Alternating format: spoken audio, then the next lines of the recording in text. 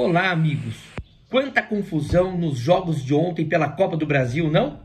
Vamos então falar um pouquinho de Flamengo e Palmeiras, Corinthians e Grêmio e Atlético Paranaense e Red Bull Bragantino. Porque afinal esses erros acontecem.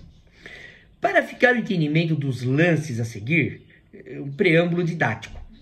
Estamos no começo dos anos 90, na escola de árbitros Flávio Azetti da Federação Paulista, na fala do instrutor FIFA Gustavo Caetano Rogério. Disse ele: quando alguém for com a trava da chuteira no adversário, não tem que administrar pi, é cartão vermelho. Se quiser fazer média, não vai apitar. O saudoso e querido professor Gustavo odiava que se utilizasse a expressão administrar o jogo, pois o árbitro deve cumprir a regra. E eu não me esqueci da resposta, a anotei, pois a pergunta estúpida sobre administrar o jogo era minha. Jovem, recém-formado em administração de empresas, fiz uso indevido do termo. Levei um puxão de orelha e aprendi. Dito isso, muitos árbitros estão administrando situações para não se comprometerem e transferem a responsabilidade, malandramente falando, para o VAR. As decisões são sempre omissas, esperando o chamado da cabine, pois lá tem VAR e avares no ar-condicionado, com inúmeras câmeras, embora sem sentir o calor do jogo e sem o elemento principal, a visão privilegiada do árbitro dentro de campo, coisa que câmera alguma tem.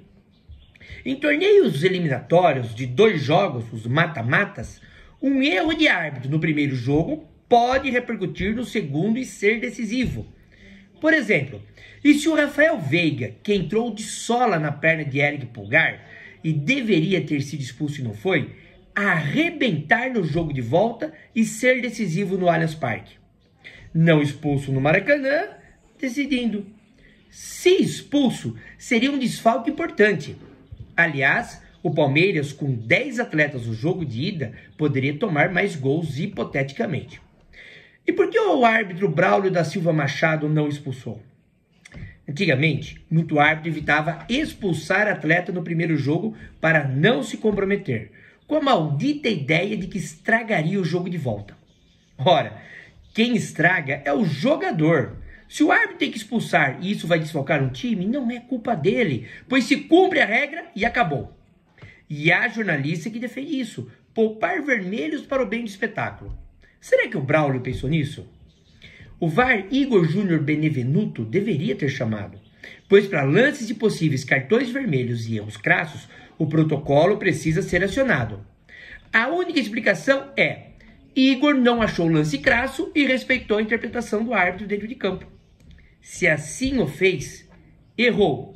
Veiga vai com as travas em Pulgar, já tinha perdido o tempo da bola e nem esboça movimento de evitar contato com o adversário. Já na Neoquímica Arena, houve o lance de Ranieri que meteu o pé em Vila Sante e Gustavo Nunes que deu uma abraçada, cotovelada em Pedro Henrique. Aliás, desde 2021, a orientação para expulsão no tipo de lances de mãos e braços do adversário. Não tem que discutir. Ambos, Ranieri e Gustavo, mereceram o cartão vermelho. Mas o detalhe é: não se pode passar batido que o veteraníssimo Marcelo de Lima Henrique, com 52 anos, na frente dele, tenha dado apenas o cartão amarelo. Felizmente, o VAR Rodolfo Toschi Marques corrigiu o cartão. Nesse momento eu pensei: o Marcelo deu uma de Braulio em relação a Veiga e tentou poupar o atleta também? Já em Curitiba, o Red Bull Bragantino fazia um abafa no Atlético Paranaense e não deixava o adversário jogar, impressionante. Mais de um contra-ataque, tomou o primeiro gol.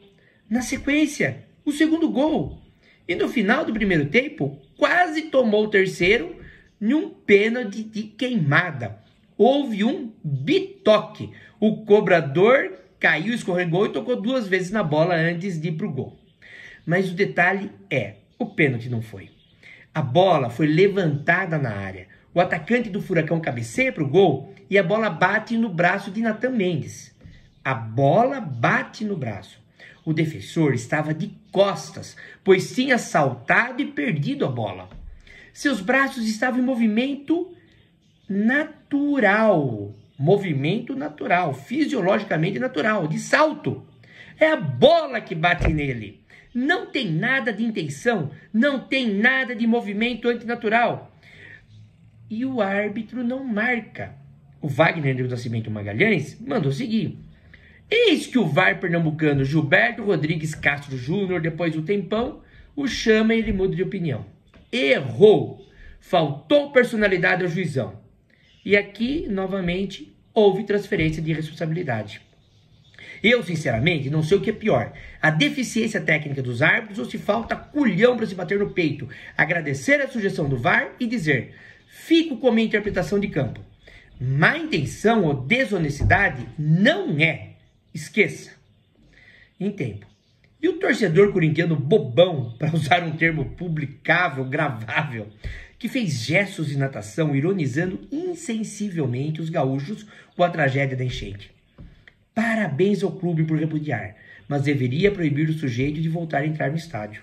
Aliás, o que os filhos e os netos desse cidadão, se pode chamar um cara desse cidadão, devem estar pensando, não é? Até mais.